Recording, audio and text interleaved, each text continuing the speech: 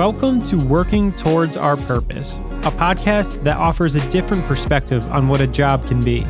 For everyone out there that's heard that voice in the back of their head asking for something more, it's time to listen to it. I'm your host, Gino, and join me as I interview people who have decided to work in their own purpose.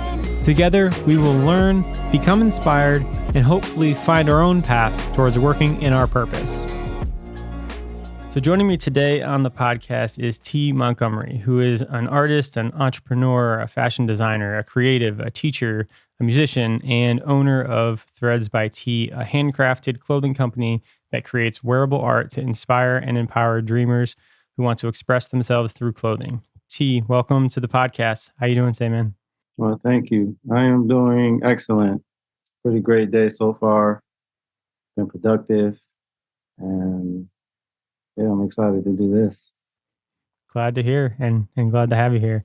So yeah, I guess we'll just jump right into it. And if you could start by just telling us a little bit about yourself and who you are and what you do and that sort of thing. It's always the most difficult question. So, and I grew up here in New Haven, born and raised, and I guess I really embody that culture of art and entrepreneurship. With New Haven being a startup town, being a business town, and then definitely being an art town. So I'm a culmination of all of that. What I'm doing now through Threads by Tea, it started, a few different paths brought me to where I am right now. So on the most basic level, I never enjoyed shopping, but whenever I needed something, I couldn't find anything in my size or anything that inspired me. That would be frustrating.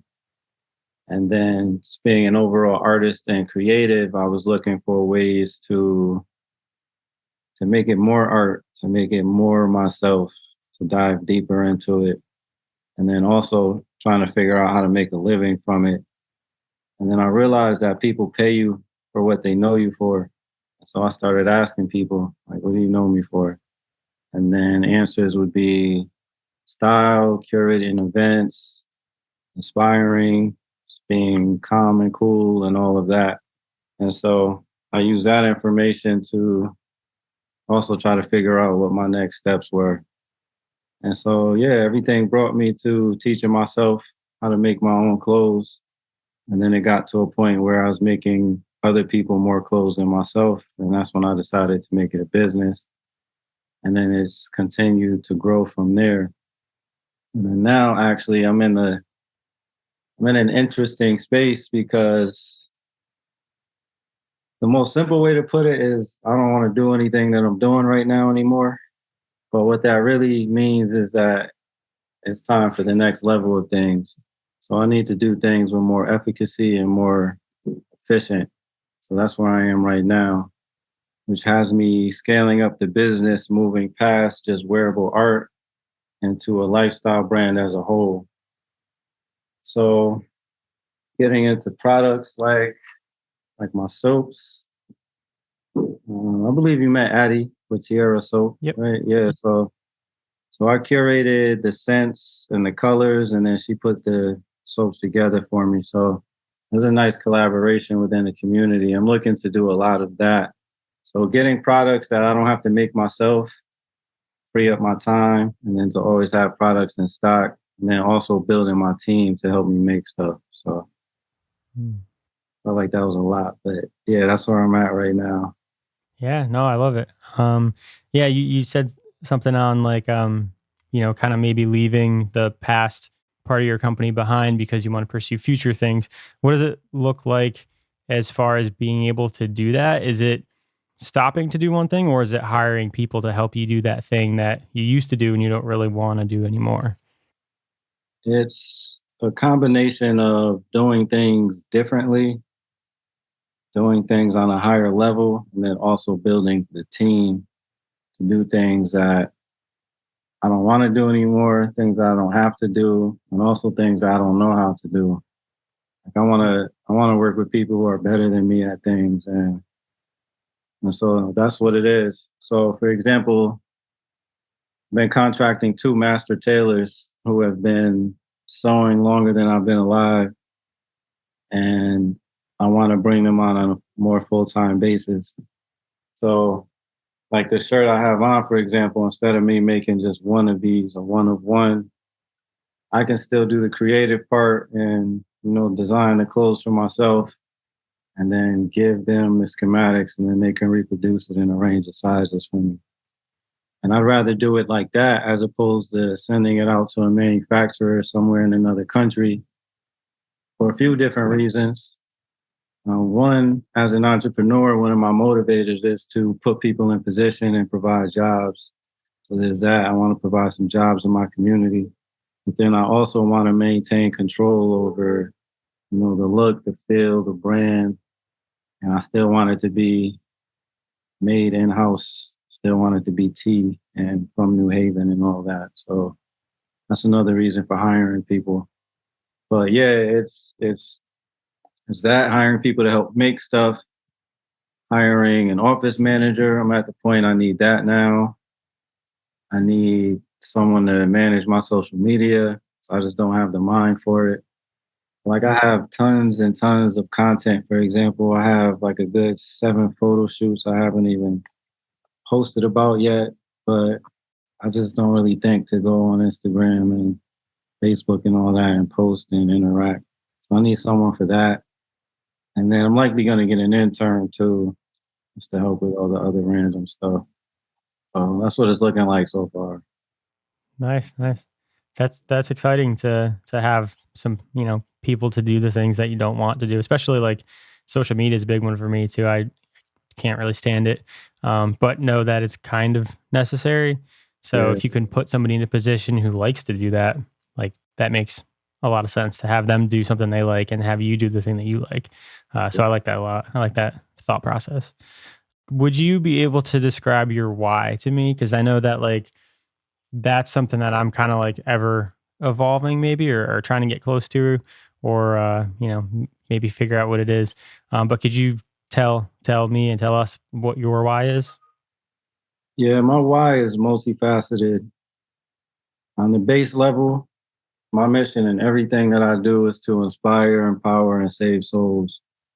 And, just right now, it happens to be through wearable art, or it happens to be through workshops, or like I'm teaching in a few schools right now, trying to empower the youth. I've been putting a lot of thought into legacy. So, what I bring to the world, what I leave with the world, the world that I show my son and what he has, the type of start that I give him, like having him not start from scratch, every generation not having to start from scratch, that's a big why. And it's also really personal. There's just some things that I want from my own life and some things that I want to do and accomplish. There's places I want to see. I want to be able to eat what I want, when I want, where I want. And so that's another big why for me comes to the entrepreneurship. And then also I'm really big on community and again putting people in position. I've been finding a lot lately that I really thrive off that and I feel really fulfilled doing things like that. That's another why. And whenever I feel like I'm getting low or discouraged or burnt out or not sure what to do next, I always revert back to those reasons right there to bring me back into focus. Hmm. Yeah, I like that. Um, so something that I think maybe I've found valuable in the past couple of years. As an introvert, I tend to like not want to be in social situations or like put myself out there, meet new people and that sort of thing. But I'm finding that like that's you can't really even put a price on how important that is. And even like you're saying, if you're in a position where maybe you're feeling low or down, to have somebody to talk to and to kind of get yourself out of that is so important. Um, Mhm. I'm also finding too that like as a business, people aren't really just buying the service that you do. They're really buying you and your personality and your values and everything that you are. So if you are hiding behind like this company name, it makes it that much harder to try to sell something. So I guess being yourself is an important trait to have. Is that something that like has been something that was easy for you to do, or is it something that you're like working towards? Because for me, it's definitely something have had to work on. One thing I can say is that regardless of the world someone knows me from or how they met me, they know me to be myself, whatever that is. It's a constant journey of self discovery, finding what we like or what we love, what inspires us, what makes us thrive and excited, especially after going through certain experiences in life or having certain mental shifts and all that. You have to keep rediscovering, or maybe not even rediscovering, just finding the new and higher levels of yourself. So that journey is a constant process for me. Being myself, I mean, the business Threads by Tea, it is me. And, people come to me for what I do just because they like me, which I'm grateful for. Like, I've gotten a lot of business that way. And then I've also had to figure out how to use that superpower. So that's a part of the journey right now as well. And every now and then I deal with the imposters, imposter syndrome, where, we feel like, is this real? Is this recognition real? Am I really here? Am I really doing these things? Do I deserve this? But getting over that and then accepting and being okay with, yes, this is me and this is dope. And I do amazing things and I have done amazing things and I do touch these people. Being okay with that, being okay with being as good as you are or as talented as you are, or any of that. Just accepting, yourself and what you're capable of is a major step. And yeah, that's something that I'm constantly working through and working on. Mm. I read this quote in Russ, the artist Russ. Yeah, Yeah, he had a book and he wrote something about being humble and how that's like a bad thing.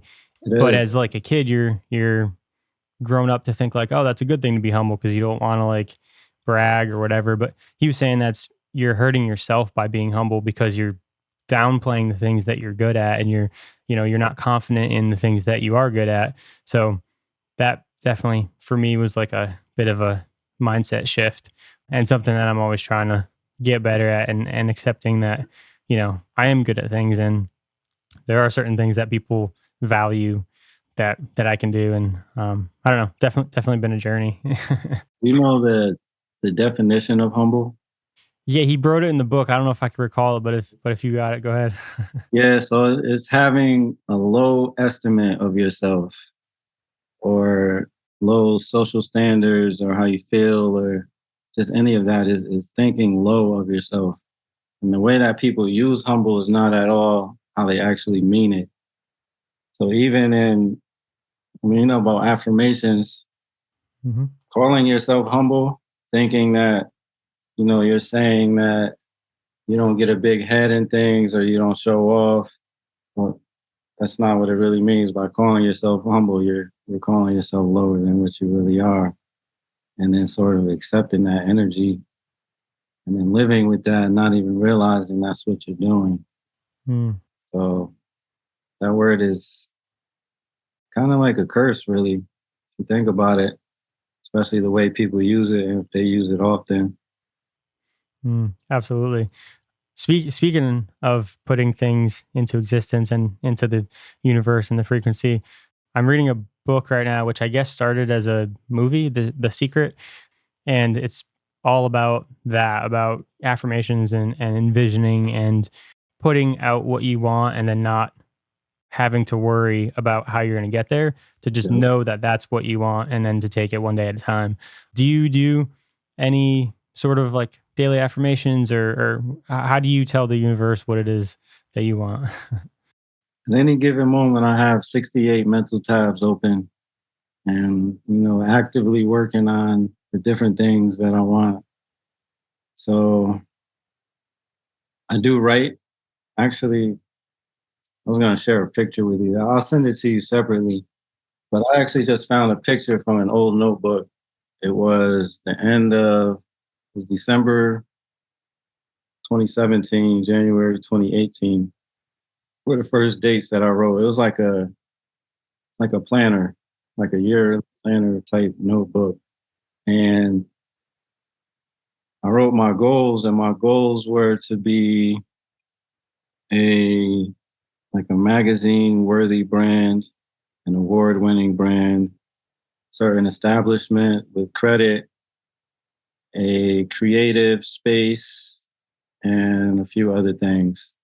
And it was amazing seeing that because out of that list, I have like 4 out of 5 of those checks, which is like regular and normal for me now.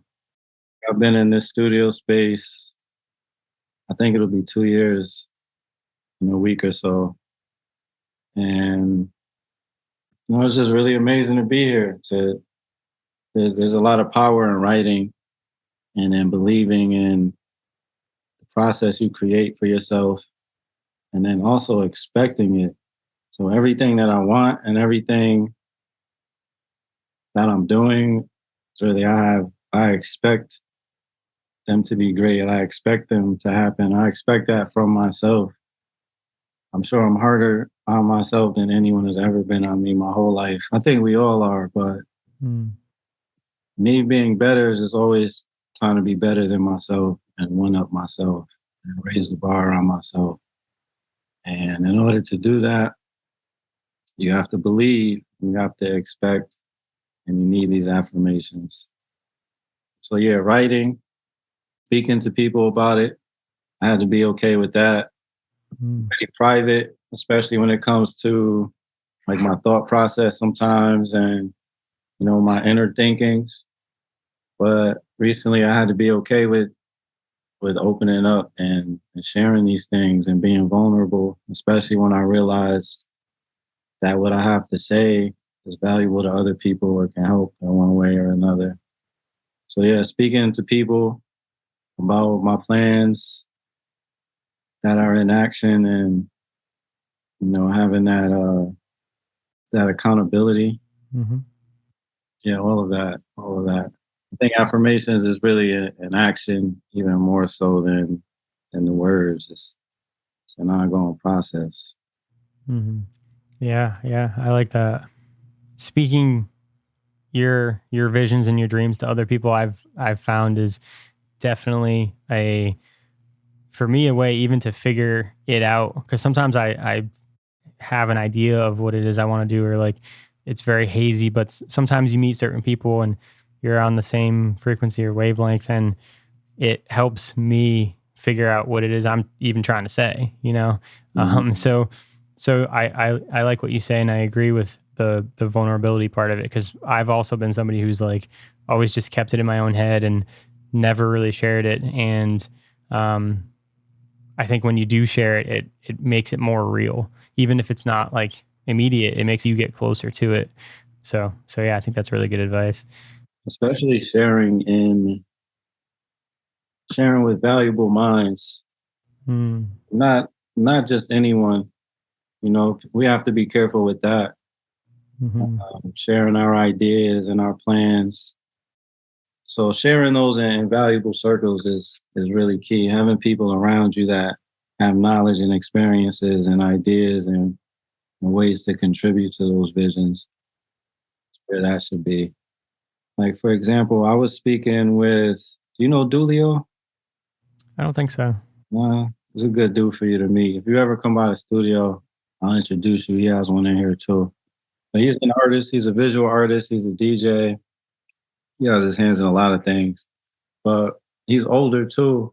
But I went by his studio the other night and I was telling him how like I'm trying to figure out a way to really challenge myself to make the art, more of myself. I want to bring the drama. And I was just kind of having a vulnerable moment and just talking out. And then he had something really dope to contribute. He's like, maybe you should try this. And then that's exactly what I needed. So Mm, point in that story is just good to have people of value, that care about you and what you want for yourself around. And that those are the spaces where you share those ideas and those visions. Yeah, definitely. For sure. And I think, like you're saying, you got to be a little bit careful about who you share it with because sometimes you don't know people's intentions.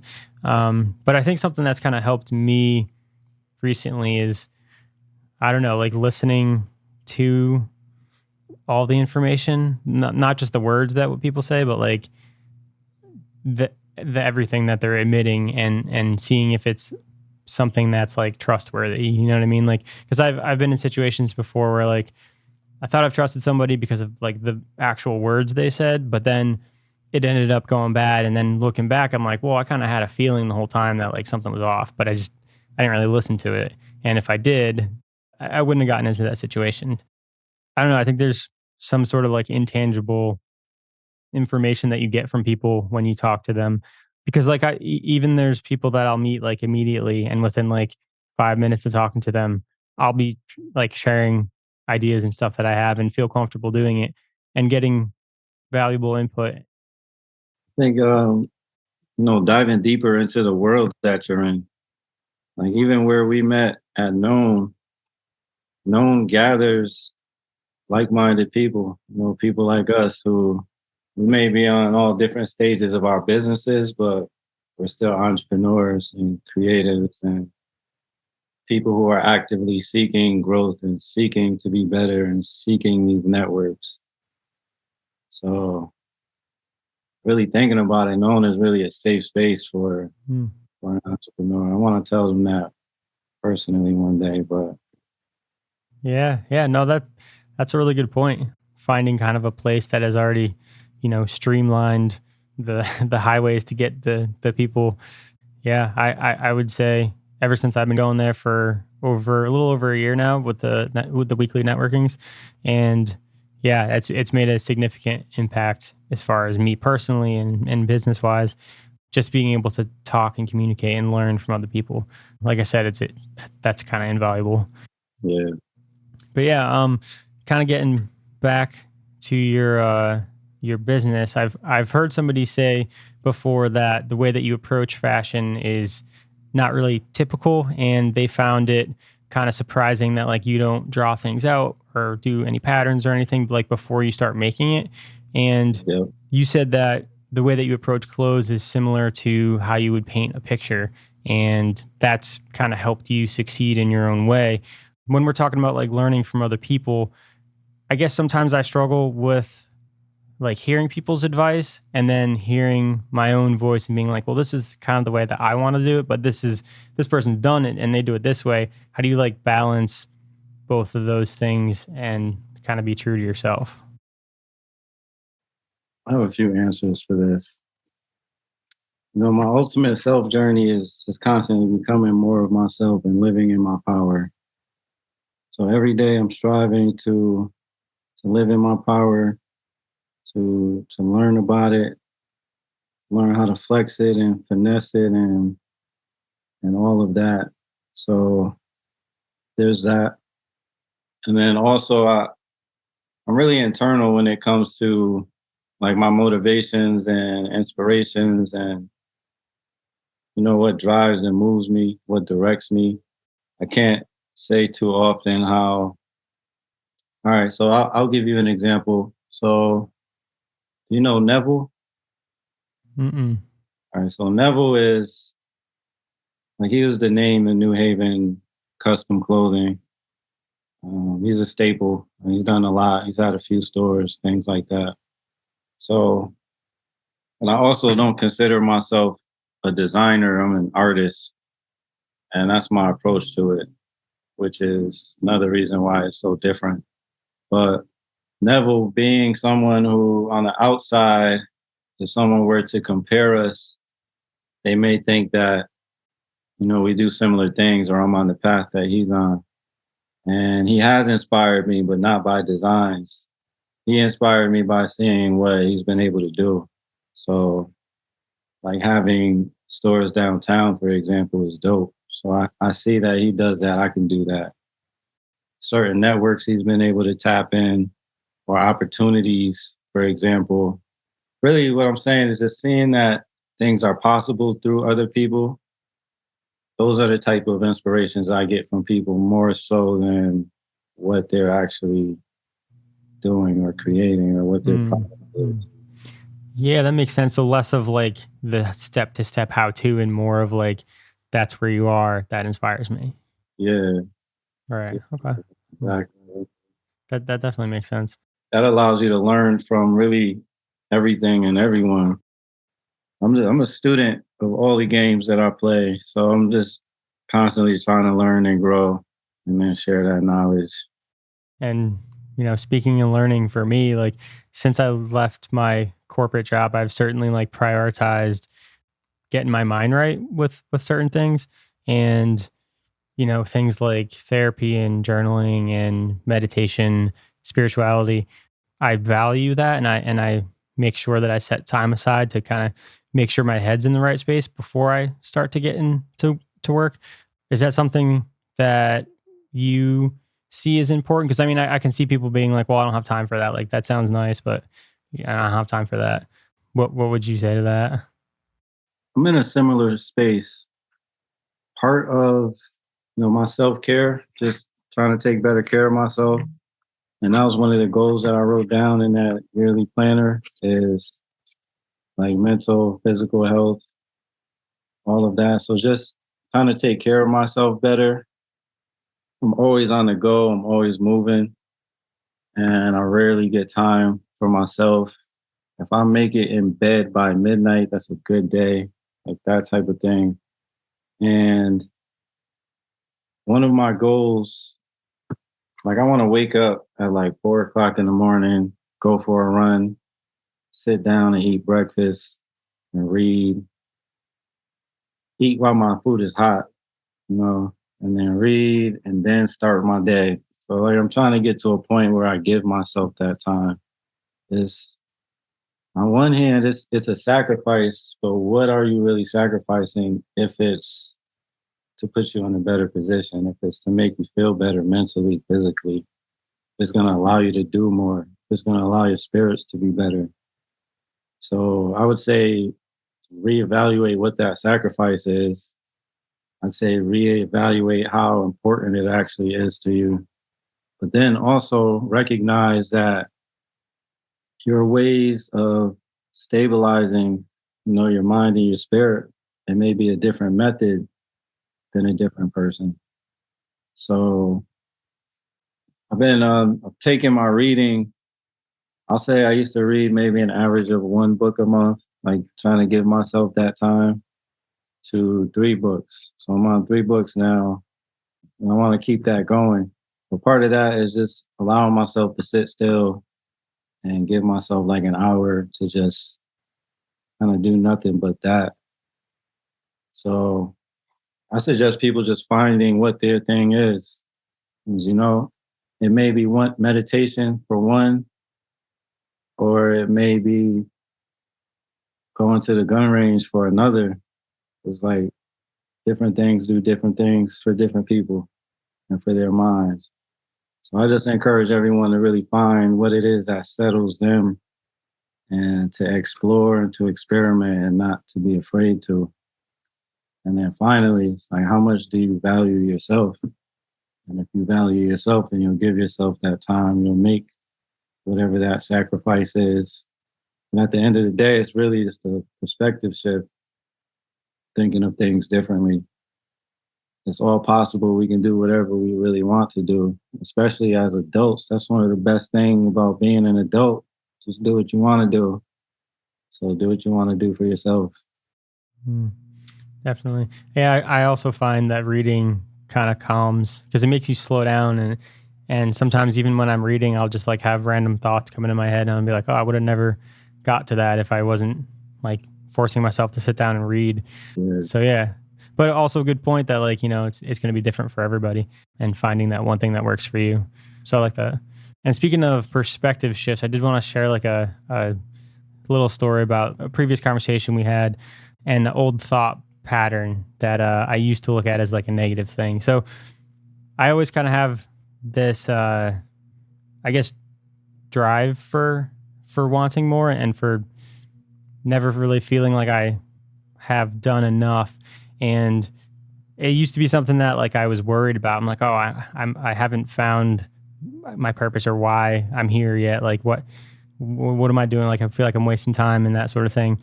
And then I talked to you one day about that, and you kind of shifted my perspective because you were like, well, no, that's like a good thing because it drives you to keep going instead of, being settled where you're at.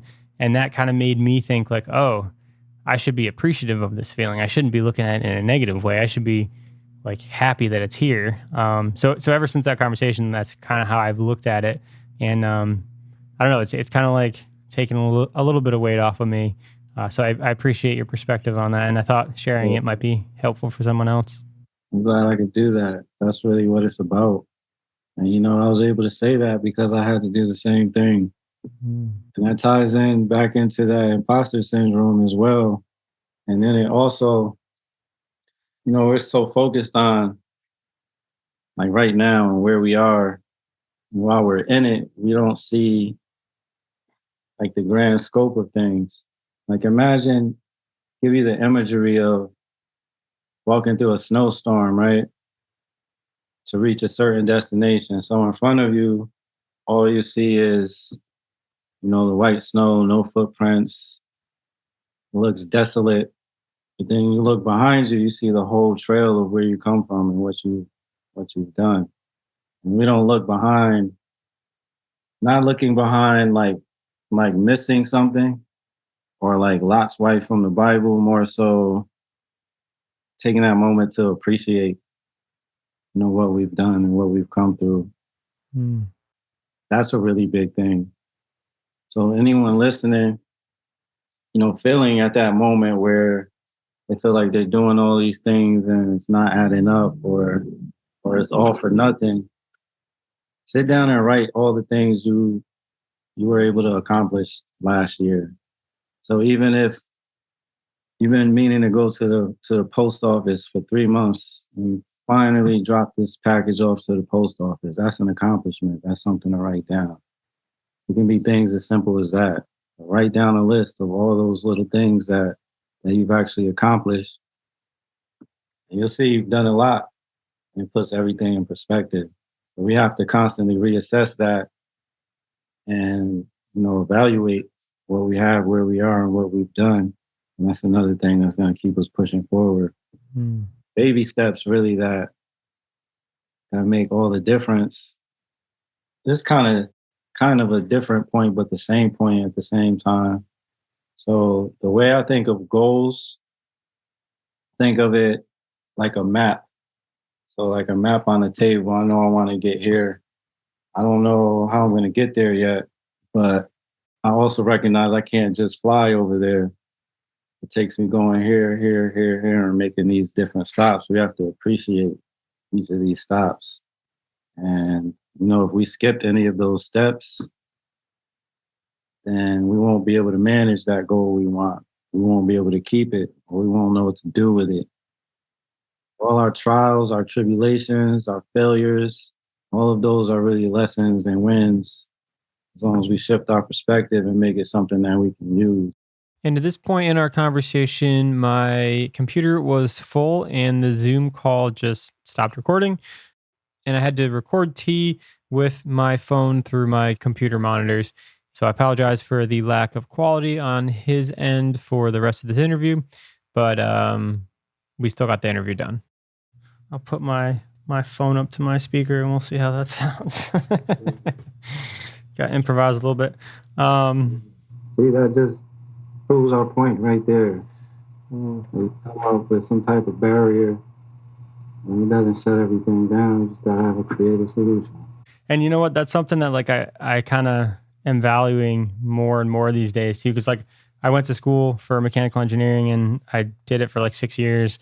And I never really, once I left, I was like, I'm never going to do that again. But the value of that was to get me to problem solve. Like that's what engineering is. It's just problem solving. So like now I look at it as like, oh, that's a skill that I can transfer to anything. It doesn't have to be engineering. It could just be, like running out of space on your computer. You know what I mean? I feel like in another life, I could have been an engineer and technically that's what I do. I have an engineer's mind, and I think that's how I can teach myself anything. And that's how I put my clothes together without drawing or anything like that. It's a pretty dope skill to have, actually. Grateful for it. But that's something we have in common, that creative problem solving. It can be placed in so many different worlds to do so many different things. For sure. Yeah, I mean, I certainly like enjoyed engineering school just because it was constantly problem solving and learning new things.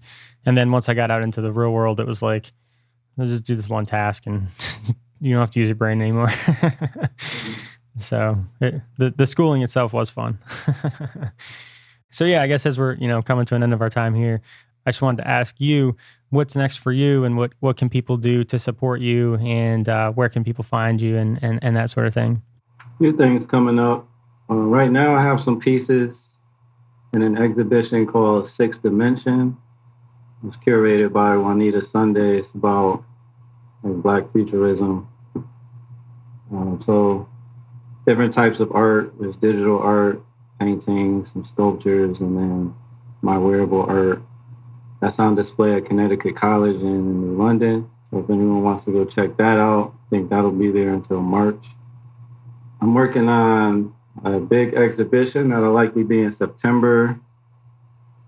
It's a continuation of Ethos, the exhibition that I did myself in this past September, except this time I'm gonna invite 5 other wearable artists. So I have more info on that coming out. There's August 20th. What is it, the 21st? Whatever this Sunday is in August coming up. We're doing the 2nd annual Black Excellence community event. So that's going to be backpack drive, going to be vendors, food, and then a fashion show. So that's in August. A few other things that I'm forgetting that's already been committed throughout the year. I'm touring my exhibition, so I'm going to hit some different cities around the country.